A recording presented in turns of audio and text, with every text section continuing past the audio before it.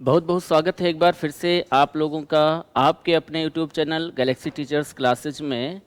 और हम पुनः उपस्थित हैं आपके लिए संस्कृत विषय में एक महत्वपूर्ण टॉपिक लेकर, अपठित गद्यांश। ठीक है, आपको पता है कि जो हमारी सीटेट की परीक्षा होती है इसमें संस्कृत विषय में जो भाषा होती है, संस्कृत भाषा, उसमें 15 नंबर का अपठित आता है और 15 नंबर की पेडागॉजी। तो आज हम लोग बात करने वाले हैं जो अपठित के अंतर्गत गद्यांश या पद्यांश पूछा जाता है उसके संदर्भ में। ठीक है, तो चलते हैं हम लोग आज बात करते हैं अपठित गद्यांश की। अपठित गद्यांश में सबसे पहले हम लोग अपठित गद्यांश के भावार्थ को संक्षेप में समझेंगे और उसके बाद हम लोग बात करेंगे उसके अंतर्गत आने वाले जो प्रश्न हैं उनके सही उत्तर क्या होंगे उसके संदर्भ में। तो ध्यान दीजिए, हमारा जो आज का अपठित गद्यांश है, सबसे पहले तो हम देखते हैं कि इसमें निर्देश क्या दिया हुआ है। निर्देश लिखा हुआ है प्रश्न संख्या 1 से लेकर 6 तक। अधोलिखितान गद्यांशम पठित्वा प्रश्नानां विकल्पात्मक उत्तरेभ्यः उचिततमम उत्तरम चित्वा लिखत। ठीक है, लिखा है कि अधोलिखित गद्यांश को पढ़ करके और तदाधारित उस पर आधारित जो विकल्पात्मक उत्तर हैं उन उत्तरों में से उचिततमम उत्तरम। ठीक है, उचिततमम का मतलब है कि जो सबसे उचित हो, सबसे सही हो, उस उत्तर को चित्वा मतलब चुन करके हमें क्या करना है, लिखत मतलब लिखना है। सबसे पहले समझते हैं कि ये जो हमारा छोटा सा एक गद्यांश है इसका भावार्थ क्या है। तो भावार्थ को समझते हैं, दक्षिण भागे सागर मध्य। दक्षिण भागे का मतलब है दक्षिण भाग में। ये जो दक्षिण भागे है ये आपका सप्तमी विभक्ति एक वचन का रूप है। ठीक है, सप्तमी विभक्ति एक वचन का रूप है और इसका मतलब है दक्षिण भाग में। अब किसके दक्षिण भाग में? तो भारत के दक्षिण भाग में, अर्थात हम कह सकते हैं दक्षिण भारत में। किस भारत में या भारत के किस भाग में? तो भारत के दक्षिण भाग में, अर्थात दक्षिण भारत में। सागर मध्य, यहां पर मध्य में भी सप्तमी एक वचन का प्रयोग हुआ है, अर्थात दक्षिण भाग में, भारत के दक्षिण भाग में, सागर के मध्य में, सागर के बीच में एकम लघु द्वीपम वर्तते, एक छोटा सा द्वीप है, तस्मिन और उसमें, द्वीप में, उस द्वीप में अर्थात उस द्वीप पर सागर तरंगैः छाल्यमानम। सागर तरंगैः अर्थात समुद्र की तरंगों के द्वारा, समुद्र की लहरों के द्वारा, छाल्यमानम, छाल्यमानम अर्थात धुला जाता हुआ। यहां पर छाल्यमानम जो आपका पद आया हुआ है, यहां पर आपका प्रत्यय कौन सा है? शानच। और हम लोग प्रत्यय पढ़ चुके हैं, हमको पता है कि शानच प्रत्यय का प्रयोग हम लोग वर्तमान काल में करते हैं। तो सागर की तरंगों के द्वारा धुला जाता हुआ प्राचीनम नगरम, एक प्राचीन नगर, कन्याकुमारी इति अस्ति, एक प्राचीन नगर है जिसका नाम क्या है? कन्याकुमारी। एषा कन्याकुमारी त्रयाणाम सागराणाम संगम स्थली। और ये जो कन्याकुमारी नाम की नगरी है, ये नगरी त्रयाणाम मतलब 3, सागराणाम मतलब सागरों की। अब यहां पर अगर आपसे पूछा जाए सागराणाम में विभक्ति कौन सी है, तो सागराणाम में विभक्ति है षष्ठी और वचन क्या है? बहुवचन। ठीक है, देखिए जो अपठित होता है उसमें हमारे विभक्तियों से, लकारों से भी संबंधित प्रश्न पूछे जाते हैं, तो हमें पढ़ते समय ही ध्यान देना है कि किस पद में कौन सी विभक्ति है। तो यह कन्याकुमारी 3 समुद्रों की संगम स्थली है। समुद्र जले प्रतिबिंबितम, समुद्र के जल में प्रतिबिंबित होता हुआ सूर्योदय से दृश्यम, सूर्योदय का दृश्य अद्भुतम एव, अद्भुत होता है। समुद्र के जल में प्रतिबिंबित होता हुआ, पड़ता हुआ सूर्य का दृश्य जो होता है कैसा होता है? अद्भुत होता है। सूर्य से क्रमशः अरुणा पीता धवला च शोभा। जब सूर्योदय होता है तो सूर्योदय के समय उसकी जो शोभा होती है उसके विषय में कहा जा रहा है सूर्य से क्रमशः, सूर्य की क्रमशः, अरुणा मतलब लाल, पीता मतलब पीली और धवला मतलब स्वच्छ या श्वेत। जो शोभा होती है वह दर्शकान मंत्र मुग्धान करोति, दर्शकों को क्या करती है, मंत्र मुग्ध करती है, उनके मन को सुंदर लगती है। तो सूर्य की क्रमशः उस समुद्र के जल में पड़ने वाली अरुण पीत और धवल जो शोभा होती है वह दर्शकों को क्या करती है, मंत्र मुग्ध करती है। ये भावार्थ हो गया हमारा इतने गद्यांश का। आगे हम लोग बढ़ते हैं और अब हम देखते हैं आगे क्या लिखा हुआ है। तो आगे लिखा हुआ है सागर से लहरी भी, जो समुद्र की लहरें होती हैं, लहरी भी में आपकी तृतीया विभक्ति बहुवचन का प्रयोग हुआ है, सागरस्य में षष्ठी बहुवचन का प्रयोग हुआ है। तो सागर से लहरी भी, समुद्र की लहरों के द्वारा क्षिप्ता नाम फेंकी गई, चित्र विचित्र वर्णा नाम, चित्र विचित्र वर्ण की मतलब विभिन्न रंगों की अर्थात रंग बिरंगी, शुक्ति नाम, जो शुक्तियां होती हैं, सीपियां होती हैं, या हम कह सकते हैं जो शंख होते हैं, उनकी वृष्टि इव भवति, ऐसा लगता है जैसे वर्षा हो रही है। जलधि तटे स्थितैः, जलधि के तट पर, समुद्र के तट पर स्थित नारिकेल कदली पादपैः, नारिकेल मतलब नारियल और कदली मतलब केला के, पादपैः पेड़ों के द्वारा, परिवृता इव, परिवृता का अर्थ होता है घिरा हुआ, तो जलधि के तट पर स्थित नारियल और केले के पौधों से, पेड़ों से घिरी हुई के समान ऐशा नगरी, यह नगरी है। एकदा स्वामी विवेकानंद, एक बार की बात है कि स्वामी विवेकानंद ने समुद्र जले स्थितायाम, समुद्र के जल में स्थित एकस्याम वृहत शिलायाम, एक विशाल शिला पर उपविष्टः बैठ करके, त्रीणि दिनानि, 3 दिनों तक ध्यान मग्न जाता, ध्यान मग्न रहे, ध्यान में लीन रहे। एक बार की बात है कि स्वामी विवेकानंद उस समुद्र के जल में स्थित एक विशाल शिला पर, एक बड़ी चट्टान पर बैठकर 3 दिनों तक ध्यान में लीन रहे। एतस्याम शिलायाम, और इसी शिला पर ये जो शिला है जिस पर 3 दिनों तक स्वामी विवेकानंद ने ध्यान लगाया था, इसी शिला पर अधुना, आज के समय में, विवेकानंद केंद्रम विकसितम अस्ति, विवेकानंद नाम का केंद्र विकसित है, अर्थात केंद्र बना हुआ है। अत्र आगत्य, यहां पर आकर के, साधका ध्यानम साधनाम च कृत्वा, साधक लोग ध्यान और साधना करके जीवनम सफलम कुर्वन्ति, अपने जीवन को सफल करते हैं। यह जो विवेकानंद केंद्र है, यहाँ पर उनके अनुयायी और साधक आते हैं, यहाँ पर आकर के ध्यान करते हैं, साधना करते हैं और अपने जीवन को सफल बनाते हैं। ये तो संक्षेप में हमारा इस गद्यांश का भावार्थ हो गया। अब हम बात करेंगे इस गद्यांश पर आधारित जो हमारे प्रश्न हैं, उन प्रश्नों का उत्तर क्या होगा। तो चलते हैं, देखते हैं हमारा आज का पहला प्रश्न क्या है। पहला प्रश्न है, शिलायाम उपविष्टः, शिला पर बैठ करके, विवेकानंदः कति दिनानि, कति का मतलब होता है कितने, कति का मतलब क्या होता है, बोलिए कितने, ठीक है। तो शिलायाम उपविष्टः, शिला पर बैठ करके, विवेकानंदः कति दिनानि, विवेकानंद ने कितने दिनों तक, ध्यान मग्न, बहुत ध्यान मग्न रहे थे या उन्होंने ध्यान किया था, 103 दिन तक या 3 दिन तक या 23 दिन तक अथवा 13 दिन तक। तो अभी अभी हम लोगों ने गद्यांश में पढ़ा है कि विवेकानंद ने समुद्र के जल में स्थित एक विशाल शिला पर बैठ करके 3 दिनों तक ध्यान किया था। तो हमारा यहाँ पर जो सही उत्तर हो जाएगा वो क्या होगा, बी विकल्प, ठीक है। तो पहले प्रश्न का सही उत्तर हमें मिल चुका है, 3 दिनों तक ध्यान किया था। हम पढ़ेंगे पुनः अगले प्रश्न की ओर, और अगला प्रश्न हमारा है, ध्यान मग्न इति पदे समासः अस्ति, ध्यान मग्न इस पद में समास कौन सा है।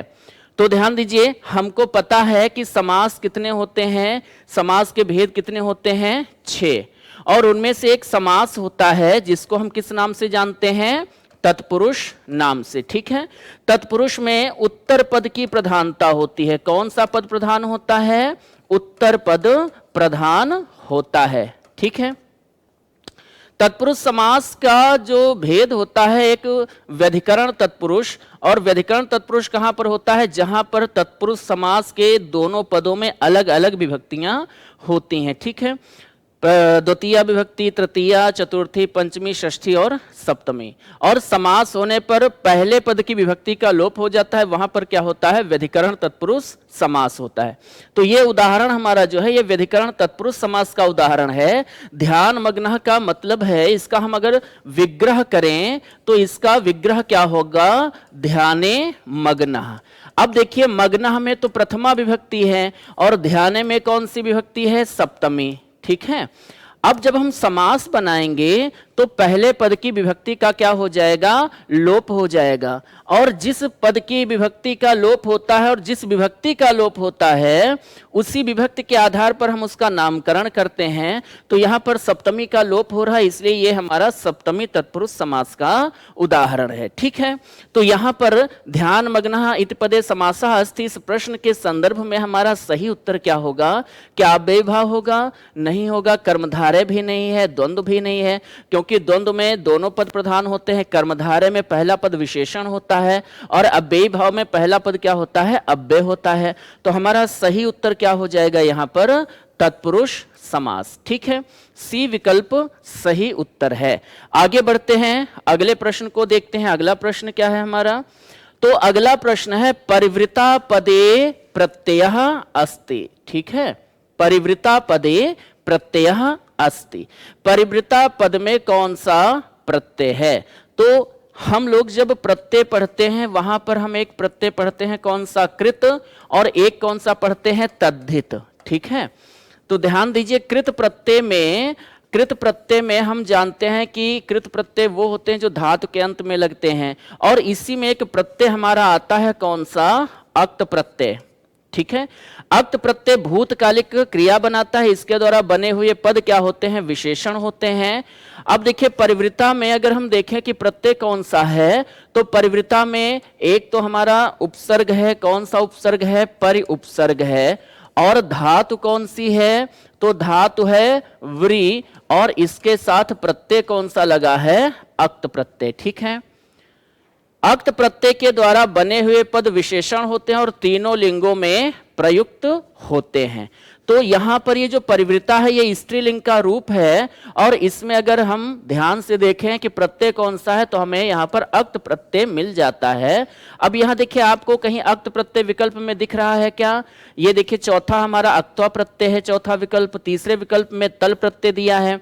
अच्छा, ध्यान दीजिए, यहां पर परिवृता में अंत में क्या आ रहा है, ता आ रहा है। ठीक है, परिवृता में अंत में क्या आ रहा है, ता आ रहा है, और ता हमारा जो है ये तल प्रत्यय में भी होता है। तल प्रत्यय हमारा तद्धित के अंतर्गत आता है, और तल प्रत्यय का जब हम प्रयोग करते हैं तो इसका ता आदेश हो जाता है, और इसके द्वारा बने हुए शब्द भी सदैव क्या होते हैं, स्त्रीलिंग होते हैं। तो क्या यहाँ पर तल प्रत्यय हो सकता है, और तल प्रत्यय हो सकता है तो क्यों हो सकता है, और नहीं हो सकता है तो क्यों नहीं हो सकता है। तो ध्यान दीजिए, तल प्रत्यय कैसा प्रत्यय है, तद्धित प्रत्यय है, और तद्धित प्रत्यय लगते हैं कहाँ, संज्ञा के साथ में लगते हैं, या सर्वनाम के साथ में लगते हैं, या कहाँ लगते हैं, विशेषण के साथ में। ठीक है, अब ये जो हमने इस शब्द का हमने विच्छेद किया है, तो इसमें एक क्या है, परि उपसर्ग है, और एक क्या है, धातु है।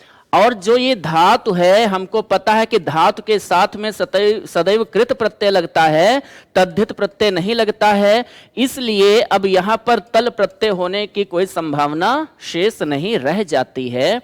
तो तल प्रत्यय तो होगा नहीं। अक्त्वा प्रत्यय का त्वा रहता है, ये भी नहीं होगा। अक्तवत का वान होता है अंत में, तो वान भी नहीं है, ये भी नहीं होगा। तो एक ही प्रत्यय हमारे सामने शेष है, और वो कौन सा है, अक्त प्रत्यय। परि उपसर्ग पूर्वक व्री धातु के साथ जब हम अक्त प्रत्यय का प्रयोग करते हैं तो पुल्लिंग में बनता है परिवृतः, स्त्रीलिंग में हो जाता है परिवृता, और नपुंसक लिंग में हो जाता है परिवृतम। और इस प्रकार से यहां पर जो सही उत्तर है वो क्या है, अक्त प्रत्यय। पहला विकल्प सही उत्तर हो जाएगा। ठीक है, आगे बढ़ते हैं अगले प्रश्न की ओर, देखते हैं अगला प्रश्न हमारा क्या कह रहा है। धवला इति पदस्य विशेष पदम किम, धवला इस पद का विशेष पद कौन सा है। तो धवला तो विशेषण है, इसका विशेष्य कौन सा है ये पूछा जा रहा है। तो क्या धवला का विशेष्य अरुणा होगा या फिर पीता होगा या कन्याकुमारी होगा या फिर शोभा होगा। तो ध्यान दीजिए, हम लोग जब गद्यांश पढ़ रहे थे वहां हमने पढ़ा था कि सूर्योदय की जो धवला अरुणा और पीता शोभा होती है, मतलब अरुणा का मतलब लाल, धवला का मतलब पीला और धवला का मतलब श्वेत और पीता का मतलब पीला, ये जो तीन प्रकार की शोभा होती हैं ये दर्शकों को मंत्रमुग्ध करती हैं। तो वहां पर शोभा की विशेषता क्या है? शोभा की विशेषता क्या है कि शोभा कभी पीत होती है, कभी अरुण होती है और कभी धवल होती है। तो यहां पर जो हमारा सही उत्तर हो जाएगा वो क्या होगा? शोभा हो जाएगा। डी विकल्प सही उत्तर हो जाएगा। धवला इति पदस्य विशेष पदम किम? तो धवला इति पदस्य विशेष पदम शोभा अस्ति। ठीक है, तो यहां पर चौथा विकल्प सही है। अगले प्रश्न की ओर हम लोग बढ़ते हैं। अगला प्रश्न है अस्मिन अनुच्छेदे करोति क्रियापदस्य कर्तृपदम किम? इस अनुच्छेद में, इस गद्यांश में करोति इस क्रियापद का कर्तृपद कौन है? अर्थात यहां पर पूछा जा रहा है करोति का कर्ता कौन है? करोति का कर्ता कौन है? अब कर्ता कौन है ये जानने के लिए हमको कहां चलना पड़ेगा? पुनः गद्यांश में।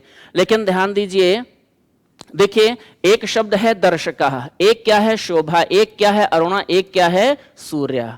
इनमें से करोति पद किसके संदर्भ में आया हुआ है? तो चलते हैं हम एक बार पुनः वापस चलते हैं कहां? गद्यांश में, और देखते हैं करोति पद कहां पर आया हुआ है। ठीक है, तो देखिए एक तो क्रियापद आपका क्या है? वर्तते, पूछा क्या गया है? करोति। दूसरा यहां पर क्या है? अस्ति है ना। फिर क्या है? संगम स्थली है। ये तो कोई है नहीं। करोति कहां पर आया है? ये आया हुआ है। ठीक है, मिल गया। तो देखिए वाक्य क्या लिखा है? सूर्य से क्रमशः अरुणा पीता धवला च शोभा। सूर्य की क्रमशः अरुण पीत और धवल शोभा दर्शकान मंत्र मुग्धान करोति। दर्शकों को मंत्र मुग्ध करती है। दर्शकों को मंत्र मुग्ध कौन करती है? तो दर्शकों को मंत्र मुग्ध कौन करती है? इसका उत्तर हो जाएगा शोभा। और शोभा किसकी? सूर्य की। कैसी शोभा? अरुण, धवल और पीत। तो यहां पर करोति क्रियापद का जो कर्ता है वो कौन है? शोभा है। और शोभा है तो हम लोग चलते हैं पुनः प्रश्न में और देखते हैं क्या कोई शोभा विकल्प है वहां पर या नहीं है। तो देखते हैं कि सही उत्तर क्या हो जाएगा। और देखिए ये आपका बी विकल्प में उत्तर दिया हुआ है शोभा। बी विकल्प शोभा है, तो करोति इस क्रियापद का कर्तृपद कौन हो जाएगा? शोभा हो जाएगा। मतलब यहां पर बी विकल्प हमारा बिल्कुल सही उत्तर है। ठीक है, चलते हैं पुनः अगले प्रश्न की ओर बढ़ते हैं। और अगला प्रश्न क्या है? अगला प्रश्न है स्थितायाम इति पदे का विभक्ति ही अस्ति। स्थितायाम इस पद में विभक्ति कौन सी है? षष्ठी है या सप्तमी है, चतुर्थी है या द्वितीया है? तो सबसे हम पहले ये देखते हैं कि स्थितायाम में मूल शब्द कौन सा है। देखिए एक धातु होती है स्था, और स्था धातु ठहरने के अर्थ में प्रयुक्त होती है। और स्था धातु के साथ जब हम प्रत्यय जोड़ते हैं अक्त, तो अक्त प्रत्यय अभी अभी हमने समझा था कि विशेषण बनाता है और तीनों लिंगों में प्रयुक्त होता है। पुल्लिंग में इसका रूप बनता है स्थितः, और स्त्रीलिंग में क्या रूप बनता है? स्थिता बनता है। और वही नपुंसक लिंग में इसका रूप क्या बनता है? स्थितम। क्या बनता है? स्थितम। ठीक है, अब ये तीनों पद क्या है? विशेषण है। ये है आपका पुल्लिंग, ये है आपका स्त्रीलिंग, और ये है आपका नपुंसक लिंग। ठीक है, ये तीनों पद विशेषण है। इनके जब हम रूप बनाएंगे तो शब्द रूप बनेंगे जैसे राम के होते हैं ना। अब स्थितः हमारा अकारांत पुल्लिंग है, इसके रूप चलेंगे राम की तरह, रामः रामो रामः। वैसे स्थितः स्थितौ स्थिताः। ये है स्थिता, ये आकारांत स्त्रीलिंग है, इसके रूप आपके चलेंगे किसकी तरह? लता की तरह। जैसे लता लते लताः, लतम लताम लते लताः होता है, वैसे इसके रूप चलेंगे स्थिता स्थिते स्थिताः। स्थितम है नपुंसक लिंग, अकारांत नपुंसक लिंग, इसके रूप बनेंगे फल की तरह, फलम फले फलाने।